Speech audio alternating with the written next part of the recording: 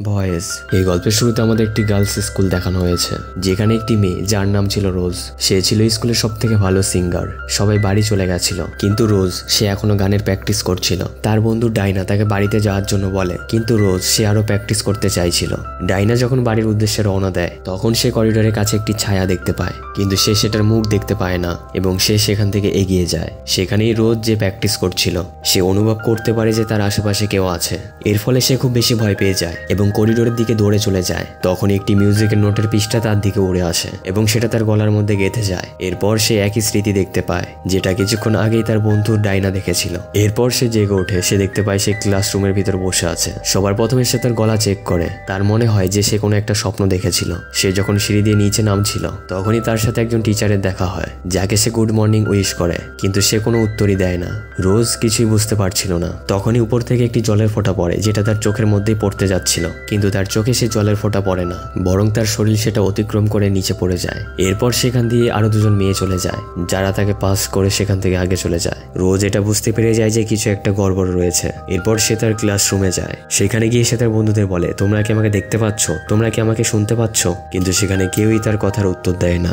রোজের এটা মনে হয় যে সে কোনো একটা স্বপ্ন দেখছে এবং শীঘ্রই সে ঘুম থেকে জেগে উঠবে আর তখন সবকিছু ঠিক হয়ে যাবে। তখনই তার বেস্ট ফ্রেন্ড ডাইনার কথা মনে আসে। সে ডাইনার সাথে দেখা করার জন্য স্কুল থেকে বাইরে যাওয়ার চেষ্টা করে, কিন্তু সেখান থেকে বাইরে বের হতে পারে না। সে বুঝতে পেরে যায় যে সেখানে আটকে পড়েছে। সে নিচে ডাইনাকে দেখতে পায়, যাকে সে জোরে চিৎকার করে ডাকতে থাকে।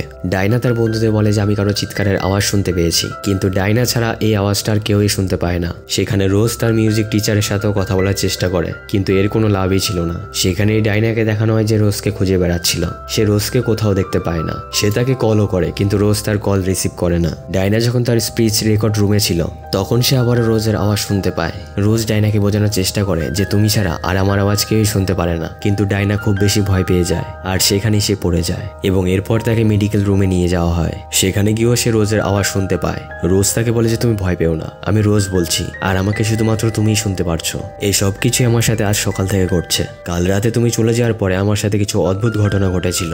এখন ওরা দুজনেই করিডোরের ভিতরে যায়, যেখানে গিয়ে ডাইনা রোজকে বলে যে হয়তো আমি জানি যে আমি তোমাকে দেখতে পাচ্ছি না, কিন্তু আমি শুধুমাত্র তোমাকে শুনতে পারছি, কিন্তু তুমি মরে গেছো এই কথাটা আমি বিশ্বাস করতে পারবো না। এসব কথার পর রোজ বলে যে আমি কিছুই বুঝতে পারছি না যে আমার সাথে এসব কি ঘটছে। ডাইনা তাকে বলে যে আমি গতকাল করিডোরে কাউকে দেখেছিলাম এবং সেটা ছিল আমাদের মিউজিক টিচার। এই কথার পর রোজ বলে যে আমরা তার উপর সন্দেহ করতে পারি না। সে সবসময় আমার সাথে খুব সুন্দর করে কথা বলতো। শুধু তাই নয়, তার গলার ক্যান্সারও ছিল। সে তো জোরে চিৎকার করে কিছু বলতেও পারে না। তখনই এখানে আমাদের মিউজিক টিচারকে দেখানো হয়, যে ক্লাসে কিছু অদ্ভুত আচরণ করতে থাকে। স্কুল শেষ হয়ে যায়। এরপর ডাইনা তার বন্ধুদের সাথে ফিরে যায়। তখনই সে হঠাৎ করে রোজের চিৎকারের আওয়াজ শুনতে পায়। ডাইনা দৌড়ে ভিতরে চলে আসে। রোজ তাকে বলে যে আমাদের মিউজিক টিচারের সাথে অবশ্যই খারাপ কিছু হয়েছে। যখন তারা ক্লাসের ভিতরে গিয়ে দেখে, তখন তারা টিচারের ফোন দেখতে পায়। আসলে টিচারের মৃত্যু হয়ে গেছিল। এরপর সেখানে পুলিশ চলে আসে, কিন্তু পুলিশের কাছে কোনো প্রমাণ ছিল না যে কেউ টিচারকে মেরে ফেলেছে, নয়তো সে নিজে থেকে এরকমটা করেছে। এখানে সম্পূর্ণ স্কুলে এই খবরটা নিয়ে কথা হচ্ছিল। তখনই এখানে আমাদের ক্লাসের একটি মেয়ে অ্যাঞ্জেলাকে দেখানো হয়। তাকে দেখে তারা সবাই বলতে থাকে যে এই মেয়েটি খুব অদ্ভুত। ও কালকে স্কুলে আসেনি এবং ওর সাথে আর মিউজিক টিচারের সাথে ভালো সম্পর্ক ছিল না। আসলে মিউজিক টিচার একজন লেসবিয়ান ছিল। এসব কথা শুনে অ্যাঞ্জেলা ছাদের উপর চলে যায়, যেখানে সে ডাইনাকে দেখতে পায়। সে ডাইনাকে জিজ্ঞেস করে তোমার বন্ধু কি মারা গেছে? এর উত্তরে ডাইনা বলে যে তুমি কি করে জানো? অ্যাঞ্জেলা তাকে বলে যে ছোটবেলা থেকে আমি এরকম আওয়াজ শুনতে পেতাম, যেটা আর অন্য কেউ শুনতে পায় না। প্রথমত এসব কিছু আমার খুব অদ্ভুত মনে হতো। পরে আমি জানতে পারি যে এসব কথাগুলো সেই লোকেদের ছিল যারা মারা যেত, আর আমি রোজের আওয়াজও শুনতে পাই। ডাইনা তাকে বলে যে যদি তুমি এসব ব্যাপারে জানতে তাহলে তুমি কেন কিছু করছিলে না? এই বিষয়ে অ্যাঞ্জেলা বলে যে এই ব্যাপারে আমার কোনো প্রয়োজন নেই। পরের দিন ডাইনা আবারও অ্যাঞ্জেলার সাথে দেখা করতে যায়, যেখানে অ্যাঞ্জেলা তাকে বলে তুমি তোমার বন্ধুর আওয়াজ এর জন্য শুনতে পারো, কারণ তোমাদের দুজনের সম্পর্ক খুব গভীর ছিল। আস্তে আস্তে যখন তুমি তাকে ভুলতে শুরু করবে, তখন তোমার তার আওয়াজ শোনা ধীরে ধীরে বন্ধ হয়ে যাবে। তখনই সেখানে রোজও চলে আসে। সে লিফটের দিক থেকে কিছু একটা আওয়াজ শুনতে পায়। সে ডাইনার সাথে লিফটের দিকে যায়, কিন্তু সেখানে ডাইনা কিছুই শুনতে পায় না। কিন্তু এখানে রোজ বুঝতে পেরে যায় যে কেউ তাদের দিকে এগিয়ে আসছে।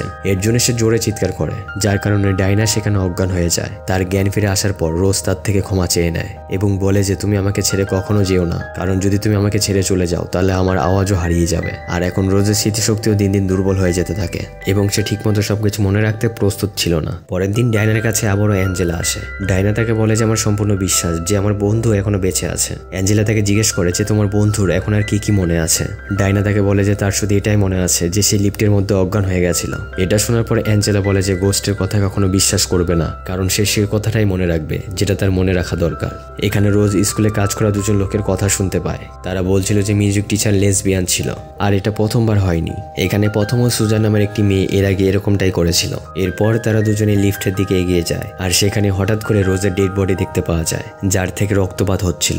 আর এখন সবাই জানতে পেরে যায় যে রোজের মৃত্যু হয়ে গেছে। এই কারণে ডাইনার খুব দুঃখ হয়। আর এখন ডাইনা এবং অ্যাঞ্জেলা এই বিষয়ের পিছনে সত্যিটা জানার জন্য রোজের বাড়িতে চলে যায়, যেখানে রোজের সাথে তার মায়ের ছবি ছিল, যার মুখ ছবির মধ্যে কাটা ছিল। অ্যাঞ্জেলা ডাইনাকে রোজের ব্যাপারে জিজ্ঞেস করে। ডাইনা বলে যে আমি একদিন হসপিটাল গিয়েছিলাম, যেখানে একটি মহিলা ঝাঁপ দিয়ে আত্মহত্যা করেছিল। সেটা আর কেউ না, বরং রোজের মা ছিল। অ্যাঞ্জেলা তাকে বোঝায় যে এবার তোমাকে রোজকে যেতে দিতে হবে, যাতে তার আত্মা শান্তি পায়। ডাইনাও তার কথাই মেনে যায়, এবং পরের দিন যখন রোজ স্কুলে ডাইনার সাথে কথা বলার চেষ্টা করে, তখন ডাইনা এমন ব্যবহার করে যে যেন সে তার আওয়াজ শুনতে পাচ্ছে না। ডাইনা তার জন্য একটি স্পিচ রেডি করে, এবং সে একটি খুব সুন্দর গানও বাজায়, যেটা শোনার পর রোজ খুব অবাক হয়ে যায়। সে বলে যে ওই মেয়েটির আওয়াজ সম্পূর্ণ আমার মতো। কিন্তু এখনো ডাইনা রোজের কথায় কোনো উত্তরই দেয় না। রোজ তাকে বলে যে আমি এভাবে যেতে পারি না, আমি আমার মৃত্যুর কারণ জানতে চাই, আর তুমি আমাকে এই ব্যাপারে সাহায্য করবে। ডাইনাও তার কথায় রাজি হয়ে যায়, আর মিউজিক লাইব্রেরিতে গিয়ে সে মেয়েটির মিউজিক ভিডিও বের করে নেয়, যার আওয়াজ সম্পূর্ণ রোজের মতোই ছিল। আর এটা সেই মেয়েটি ছিল যে প্রথমেই এই স্কুলে তার জীবন দিয়েছিল, যার নাম ছিল সুজান। আসলে সুজান এবং মিউজিক টিচারের সাথে শারীরিক সম্পর্ক ছিল, যার কারণে স্কুলে মেয়েরা তাকে অনেক জ্বালাতন করত, যার কারণে সে তার নিজের জীবন দিয়ে দিয়েছিল। এইসব কথাগুলি রোজকে ডাইনা বলছিল। এবার তাকে এখন এখান থেকে চলে যেতে বলে। তখনই সেখানে অ্যাঞ্জেলা চলে আসে এবং ডাইনাকে রোজের ব্যাপারে জিজ্ঞেস করে। আর সে তাকে ওখানে কিছু বলার আগে সেখানে লাইট অফ হয়ে যায়, এবং করিডোরে তারা একটি ছায়া দেখতে পায়। তারা দুজনেই সেখান থেকে পালিয়ে যায়, এবং লিফটের দরজা হঠাৎ করে খুলে যায়। ডাইনা তার মধ্যে পড়েই যাচ্ছিল, কিন্তু অ্যাঞ্জেলা তাকে বাঁচিয়ে নেয়। আর তাদের পিছনে সে ছায়াটাই দাঁড়িয়েছিল। তাদের মনে হয় যে এটা হলো রোজের আত্মা, কিন্তু বাস্তবে এটা সুজানের আত্মা ছিল। তখনই সেখানে রোজের আত্মাও চলে আসে, আর সুজানের আত্মাকে থামিয়ে দেয়, এবং সে খুব জোরে চিৎকার করে, এবং মাইকের কারণে রোজের চিৎকারের আওয়াজ স্কুলের সমস্ত বাচ্চারা শুনতে পায়। যার পর সেখানে থাকা সব বাচ্চারা ভয় পেয়ে যায়, আর সবাই পালাতে শুরু করে। আর এই ব্যাপারটার সুযোগ উঠিয়ে অ্যাঞ্জেলা ডাইনাকে নিয়ে সেখান থেকে বেরিয়ে পড়ে। তখন রোজের সামনে তারই আরেকটি ছায়া চলে আসে। সে তাকে বলে যে তুমি তোমার মাকে মেরেছো, কিন্তু রোজ এই ব্যাপারে অস্বীকার করে। কিন্তু সেই ছায়া তাকে বলে যে তুমি তোমার মায়ের অসুস্থতার কারণে খুব বিরক্ত হয়ে গেছিলে, এবং খরচাও সেখানে খুব বেশি বাড়ছিল। তুমি নিজেকে নিজে মিথ্যা বলা বন্ধ করো। তখনই রোজের মনে পড়ে যে সে নিজে নিজের মাকে ছাদ থেকে লাফাতে বলেছিল। রোজ সুজানের আওয়াজ শুনতে পাচ্ছিল, সেই মেয়েটি যে প্রথমে মারা গিয়েছিল। সুজানের মৃত্যুর পর যে মিউজিক টিচার ছিল, সেই সুজানের আওয়াজ শুনতে পারছিল, কারণ সে তাকে খুব ভালোবাসত। রোজ এবং সুজানের আওয়াজ প্রায় একই ছিল, যার কারণে মিউজিক টিচার ধীরে ধীরে রোজের উপর আকর্ষণ হতে থাকে। এরা দুজনেই খুব কাছাকাছি আসতে শুরু করে। এরপর সুজান রোজকে বলে যে মিউজিক টিচারের কাছ থেকে দূরে থাকো, কারণ যদি সে আমাকে একবার ভুলে যায় তখন সে আমার আওয়াজ আর কখনো শুনতে পারবে না। কিন্তু রোজ তার কথা মানে না। এর জন্য রোজ যখন রাতে বাড়ি ফিরছিল, তখন সুজান যে একটি আত্মা ছিল, সে তারই মিউজিক নোটের একটি পৃষ্ঠা নিয়ে তার গলার ভিতরে ঢুকিয়ে দেয়, যার কারণে সেখানে তার মৃত্যু হয়ে যায়। আর এখন রোজ তার মৃত্যুর কারণ জানতে পেরে যায়, কারণ সুজান সেই মেয়েটি ছিল যে মারা গেছিল। তার এবং মিউজিক টিচারের মাঝে সে এসেছিল, আর এই কারণে সুজানের আত্মা তাকে মেরে ফেলেছে।